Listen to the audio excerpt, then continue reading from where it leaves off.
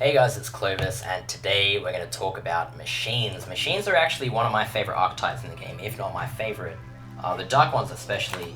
The reason why, of course, we've got a segue into the video about deck leader abilities, of course. So, machines, hands down, in my opinion, have the best set of deck leader abilities. They have increased movement and movement boost for same type friendlies, which is already pretty insane, but these guys also, unlike some other archetypes that, it's a pretty rare ability, this one. Level cost reduction for summoning same type is crazy. Most of the ones that do, apart from dragons, will only reduce up to 1, or you only ever be able to gain a card or level up a deck leader that reduces by 1. But in the case of machines, there's quite a few 7-star machines, so unfortunately none of them are fusions. I'm just looking now at the 7-star machines. Your options, if you want the optimal deck leader, you want a 7-star because that'll give you 2 level cost reduction instead of 1. You have the option of using Labyrinth Tank, Barrel Dragon, Slot Machine, or Launcher Spider. You can use any of these ones you want. Barrel Dragon can be a bit annoying because if you flip that up manually, it can blow up one of your other Barrel Dragons, but you noticed before I mentioned, the fusion strategy is important, so you have 5 out on the field and do that. If you can't do that, just put 3 of these out in the field and then put 2 out of another card you want to level up. And then, when you get near the end, you can flip that around. You can put 3 of the other card and 2 of the other machine. And then, eventually you'll get these abilities. And guys, it is so worth it. I just want you guys to comprehend playing Barrel Dragon for 5 stars, Slot Machine for 5 stars, Launcher Spider for 5 stars, Mechanical Chaser for 2 stars, crazy stuff like that. Patrol Robot for 1 stars, and, Dharma Cannon for 0 stars. It means, all these 2 and 1 star cards, especially considering machines have useful 2-star cards like Cyber Commander and Dharma Cannon, you can play this for 0 stars, so normally when you play support cards, it holds you back a little bit, but if you have that leader ability, you can play, say first turn you draw Cyber Commander and no other cards you particularly want to play on the first turn. You can just play that in face-up defense, and the next turn you have 7 summoning stars because you didn't play anything, and that's just crazy. So, yeah, definitely get yourself a level 7 deck leader. If you want to do the fusion strategy, you can do Metal Dragon, but that'll only give you 1 level cost reduction for summoning same type. But yeah, Metal Dragon if you want, guys, for a faster leader ability, especially if you only just want 1, if you quickly want to get the movement boost for same type friendlies, which you get at a lower level, you just need to level this up to Colonel, or I think Lieutenant Colonel, and you can get that leader ability pretty fast. Okay, so I'm going to quickly cut through a lot of the non-effect machines because most of these have no significance other than the fact that lower star ones are better material for fusions. The fusions are, you can fuse, all of these by the way have no attack cap, so the good thing about these is you can fuse a 1-star or 2-star monster with any machine and it will work to keep it low. If you fuse a machine with a dinosaur, you make Cybersaurus. If you use a machine with a warrior, you will make Cyber Soldier. If you use a machine with a beast, you'll make Dice Armadillo, and fuse a machine with any dragon, and you will make Metal Dragon. So if you fill your deck up with smaller, lower summoning star monsters, doesn't matter what the attack is, then you can just create these decent, mid-range attack machines for 1 or 2 stars, which is really, really, really cool. Of course, 2 technically normal monsters, but they require a fusion to play are Zoa and Red Eyes Black Dragon, or, their Metalmorph equivalents. If you use both of those monsters with Metalmorph, and you can make Metal Zoa and Red Eyes Black Metal Dragon, or Red Eyes Metal Dragon, whatever it's called. I actually forget, even though it's on the screen now, I don't have my stuff in front of me. So anyways, yeah, these cards, you can get Zoa from either the Chakra Menelden Fab, the final boss, or Shardy has it actually, which is pretty interesting, pretty random, and the Fiend dude, Panic doesn't have it, but Shardy does. And Red Eyes Black Dragon you can get from Joey, or the same Chakra final boss.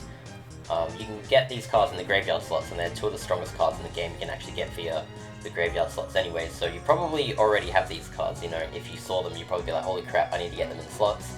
But yeah, you can get Metal Morph from Keith. You can actually get Zoa from Keith as well, I forget. Yeah, you can get Zoa from Keith, so there's 3 people in the game you can get Zoa off of, which is insane. And yeah, you get those cards, and if you stick a few Metal Morphs in your deck, which you get from, of course, Keith and Chakra, because he has the fusions as well. And yeah, you can play 2 of the strongest machine monsters in the game, literally the 2 strongest machine monsters in the game, by fusing. The only problem is with these 2 cards though, is they're not machines, so they don't get reduction, so you have to use 7 summoning stars to play them. Unless, you know, for some reason, I don't know, you can do a weird strategy. I always mention this, but if you have both of them in your hand, you dump one to play one of them and then revive the other with Monster Reborn, and then, you know, you can always stick Metal Morph on it when it's on the field anyways.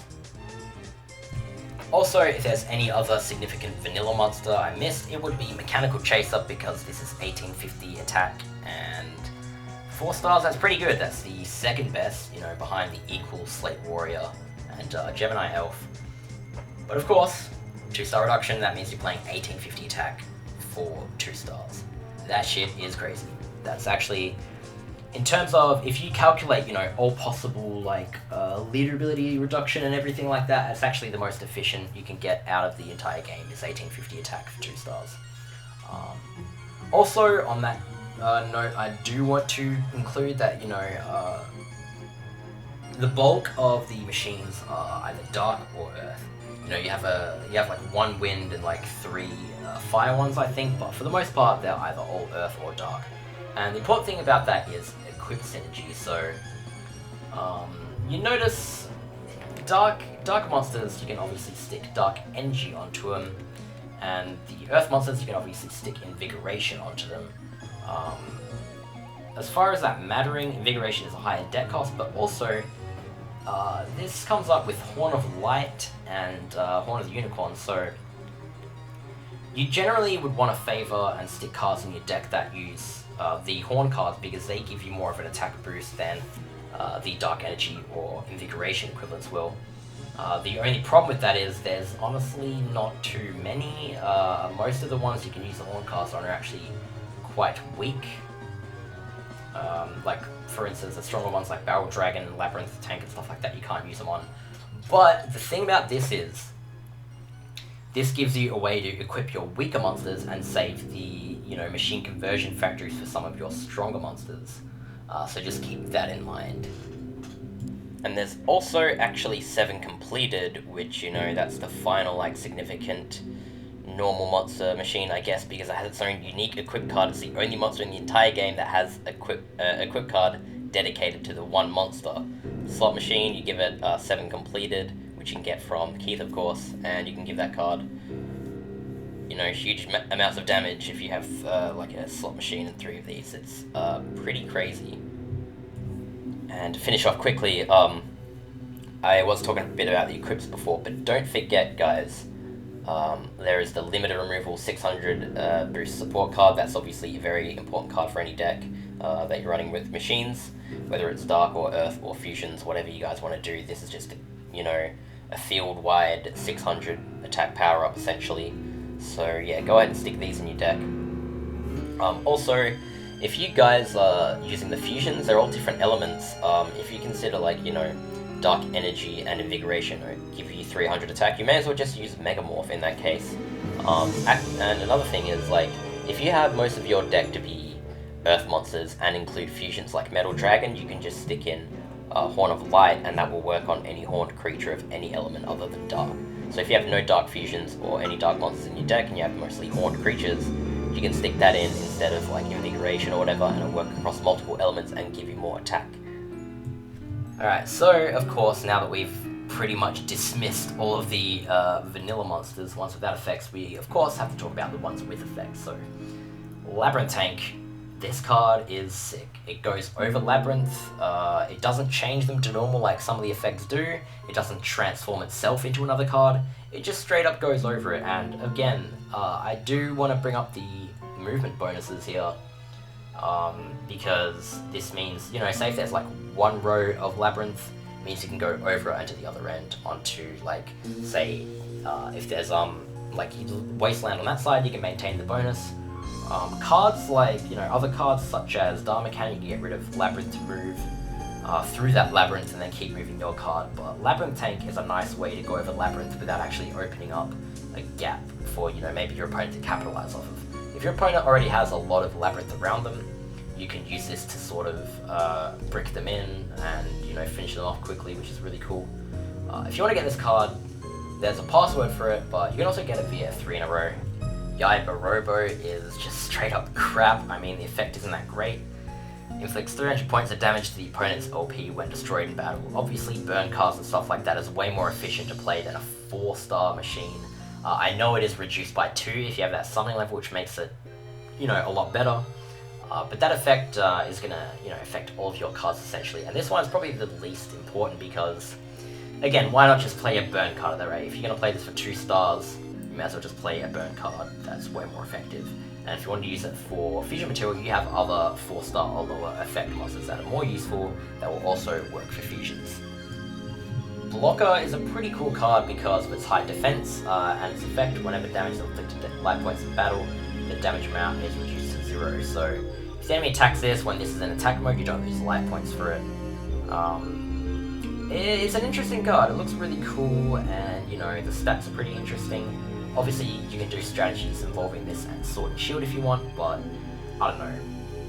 You don't have to. It's probably just easier to just play high attack cards. So yeah, Cyberstein is not the overpowered machine that it is in the real game that allows you to play a fusion monster for 500 points. Instead, this actually transforms the occupied space into Wasteland when engaged in battle, and I actually think this is a really, really good effect. Obviously, Cyberstein is quite weak. You might think you wouldn't be attacking with this that much, but I mean, it costs 0 stars with a fully decked out deck leader. So it's just a nice way to put Wasteland out in the field without activating the spell card. I mean, obviously you can activate the spell card and it costs a lot more, but Cyberstein you can use to actually, threaten attacks with it, and if the enemy attack onto it and don't destroy this, then this can move 2 spaces, and then suddenly it can move 2 more spaces if it attacks again and leaves more Wasteland. I find this is a good staple card, not just fusion material and stuff like that, but if you draw it first turn, you don't have any other monsters, and you have some equips, you can actually stick a few equips on this. If you stick just 2 equips on this, then this will always be 2200 attack because it will keep changing the terrain into Wasteland. Cyber Commander is a machine support card. When this is in face-up defensive position, the strength of all your machine monsters are increased by 300 points. Again, I did mention that you can play this for 0 stars, which actually makes it less shitty. It almost makes it like a spell card in that regard. You're playing this like face-up support card that costs you 0 stars. Only difference with that is, of course, it means if you have this out in the field, you can only play 4 other machines. Unlike if this was like a spell or trap card that allowed you to play 5 monsters, because you're only allowed 5 monsters on the field at a time. So yeah, again, just like Cyberstein, it's good for fusion material, has a neat effect. I think between Cyberstein and Cyber Commander, you can stick this in all your machine decks and you'll be fine. Kinetic Soldier, again, another card they changed the effect of. This doesn't tribute anything for 500 damage or whatever like that. This enters Labyrinth and transforms them into normal terrain. So this is a game-breaking card. You can use Dharma Cannon, of course, is the same effect, but Dharma Cannon has lower summoning level and stats. We already talked about the summoning level reduction enough times, so we get the point. Dharma Cannon 0 stars, Kinetic Soldier 2 stars if you have that. And both of them are dark and they synergize really well. So any deck you have Dharma Cannon in, you can fit Kinetic Soldier in and vice versa, I reckon. They both have the same effect. Kinetic Soldier just a bit more stats, so you're more likely to attack with it. And again, I'll mention with the leader ability, with the movement bonus, the cool thing about that is you don't need any wasteland terrain. You can play this from your first turn and not do anything and have, move twice and go over 2 labyrinth tiles. And then of course you can move your deck leader next to it, so you can just keep moving it infinitely 2 tiles. And of course that works with any machine, but in the case of this, you're getting more use out of the effect by clearing more labyrinth, if that's what you want to do with these cards. Barrel Dragon is, again, one of the, Duelists of the Roses who made this card more popular than it already was, I think. One of the first passwords the game devs handed out when they, gave up those passwords, the select passwords that they did to, cheat code sites and stuff like that. 2600 attack, it is the strongest machine you can play out of the hand, without the Metamorph fusion, which makes it pretty significant. But another effect, when this card's flipped up, any card other than Barrel Dragon, the one that's face up, one card will be randomly selected and be destroyed. That card can potentially be devastating either way. If you want to avoid having your important stuff destroyed, the only suggestion I can do is don't play anything else that's important, or play a bunch of insignificant stuff that can afford to go into the graveyard. Or, just in general, having less cards than your opponent does always works. If you only play one Barrel Dragon at a time, and the enemy always has cards out in the field, it will always destroy your enemy's cards. But if the enemy doesn't have any cards out, don't flip this up, or you'll probably regret it. So, yeah, the important thing about this is 2600 attack for 7 stars. It's cool. All I can say is, yeah, it's your basic beater, really. It's just neat that it has that effect. As long as it doesn't screw you over, of course. Blast Sphere is kind of a broken effect. If this card's destroyed, then all cards around it are destroyed. That's basically how it works. So instead of Widespread Ruin, you can chuck this in your deck. 1400 attack and defense is pretty decent, considering, with the leader abilities, we're always going to be thinking about that. For me, whenever I look at machines, I just automatically take 2 stars away, because that's the way you should be playing machines. 2 summoning levels for an effect like Widespread Ruin that also has 1400 attack is pretty good. What people don't actually realize about these cards is you don't have to play them defensively, you can actually play this aggressively, and if the enemy are playing really, really defensive, this fucks shit up, If they have a bunch of face down cards and one attack mode card, you can just go and attack with this, and either you destroy the monster, or all their cards are destroyed by this effect. It's just crazy. Blast Juggler, essentially the same effect, but the card is weaker, 1 summoning level less, and it's fire instead of dark. So unless you want to stick both of these, 3 copies of both of these in your deck, the only difference matters is the support synergy.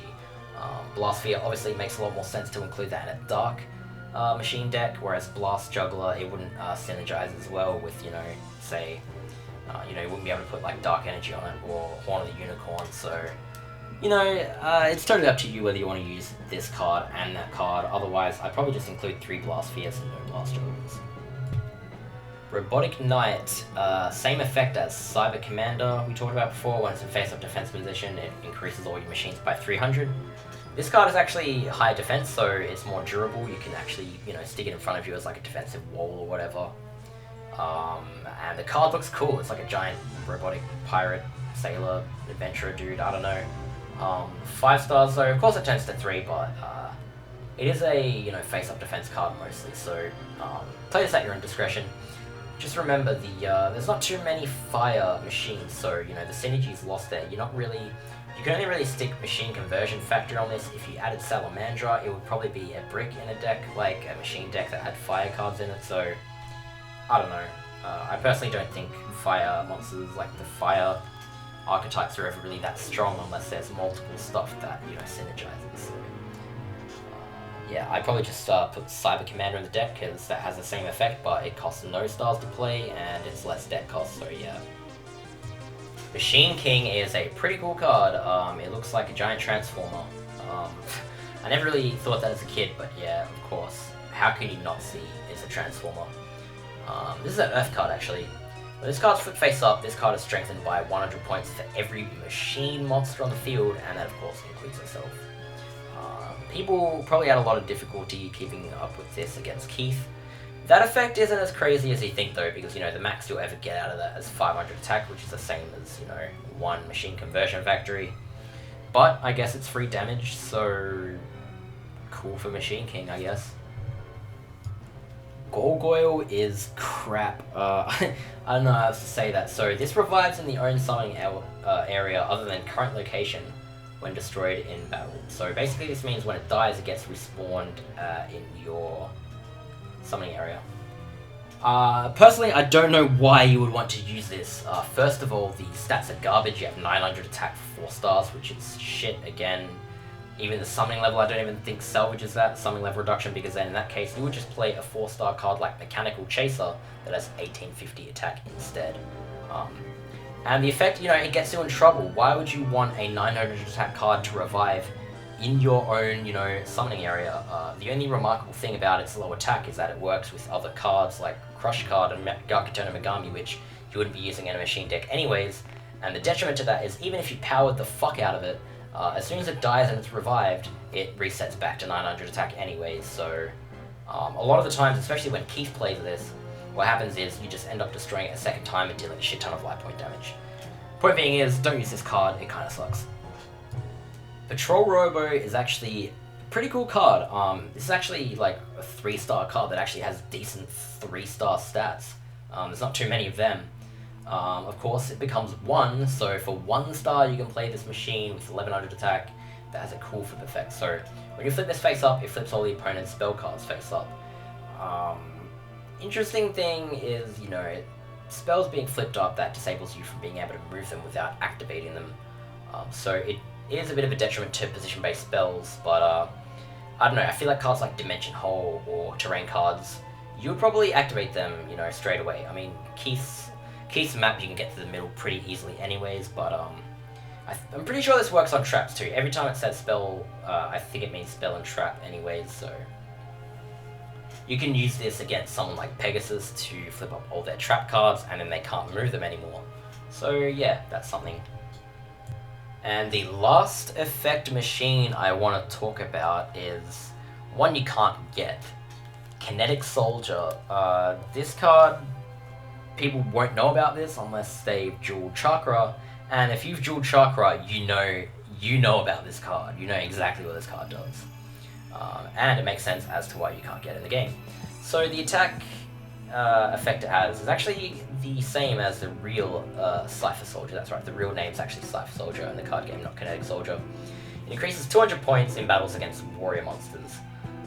So already, pretty good effect, but I mean, elephant in the room, you gotta look at this card's stats. So for whatever reason, they bumped up the attack and defense of this card by 1,000 for each and kept the summoning level the same. So it's really unfortunate you can't play this card or can't obtain it in the real game without, taking it off of Chakra, because holy crap, guys, if you cheated this in like I did, that's 2350 attack and 1800 defense for 1 summoning star. That's just the fucking stupidest thing I've ever heard. That's without the effect. This is like already the most broken fucking card in the game in that regard.